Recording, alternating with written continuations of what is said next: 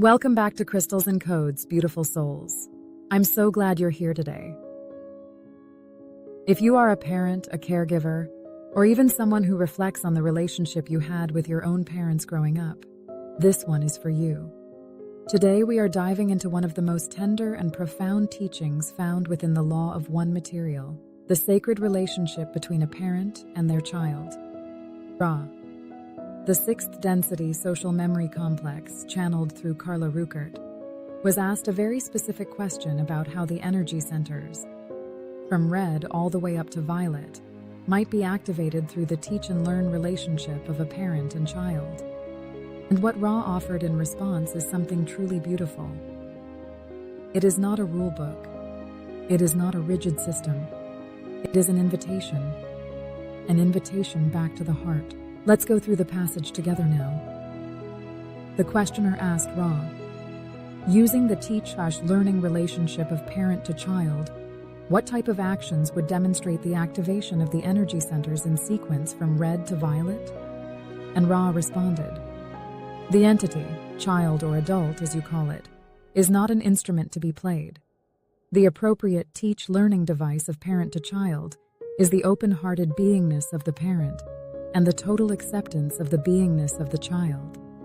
This will encompass whatever material the child entity has brought into the life experience in this plane.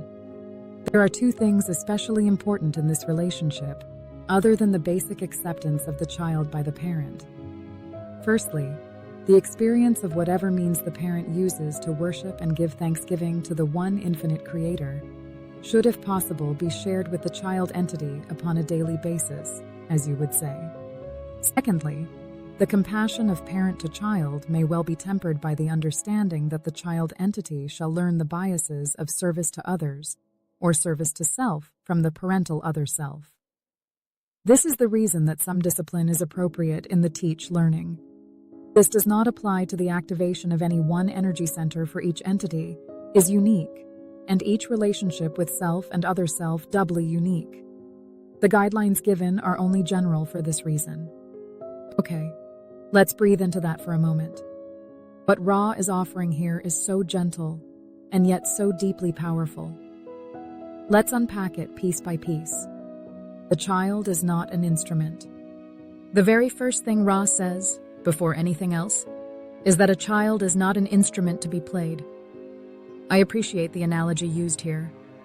In our world, there is so much pressure on parents to produce a certain kind of child, to raise someone who checks the right boxes, wins the right awards, believes the right things, and reflects well on the family. Ra is lovingly redirecting all of that. Your child is a soul, a beautifully unique being who chose this life, chose this family, and arrived with their own sacred blueprint already in place. They came here with their own lessons to learn, their own gifts to offer the world, and their own relationship with the Creator to discover. Our job as parents is not to mold them into what we imagine they should be. It's something far simpler and far more profound than that. Open-hearted beingness and total acceptance.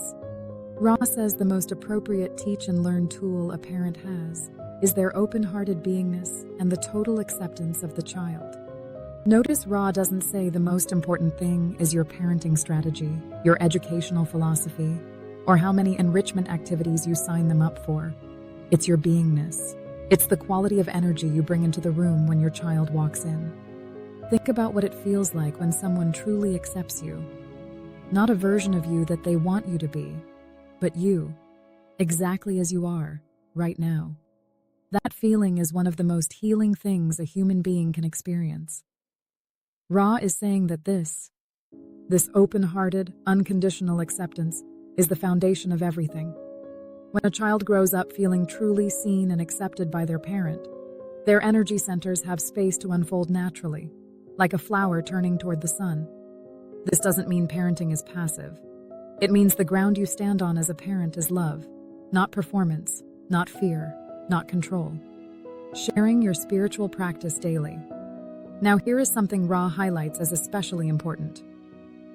Whatever way you as a parent connect with the infinite creator, whether that's through prayer, meditation, time in nature, song, ceremony, gratitude, or any other form of worship or thanksgiving. Ra encourages you to share that with your child as regularly as possible. Daily, if you can. This is such a beautiful and often overlooked teaching. It isn't about forcing your child into a religion or telling them what to believe. It's about opening up awareness, about letting them witness a parent who pauses, who gives thanks, who acknowledges something greater than themselves. Children are profoundly perceptive. When they watch a parent bow their head in gratitude, close their eyes in meditation, or speak lovingly to the Creator, they absorb something that no lesson plan could ever teach. They absorb the felt sense that there is sacredness in this life, and that it is worth honoring. You are not preaching at them. You are modeling, and modeling is the most powerful form of teaching that exists. Discipline through compassion and self-awareness. Finally, Ra touches on something that requires real honesty from us as parents. Ra reminds us that children learn their orientation toward service, whether toward others or toward the self, largely from their parental figures. This is humbling, isn't it? It means that how we treat others, how we speak, how we navigate conflict, how we give and receive love, all of it is being quietly absorbed by the little ones watching us. And because of this, Ra says some discipline is appropriate. But notice the context in which Ra frames it. It is framed within compassion. It is not about punishment or control. It is about gently guiding a child toward an understanding of how their actions affect others, toward empathy, toward care, toward service. Real discipline, in this light, is an act of love.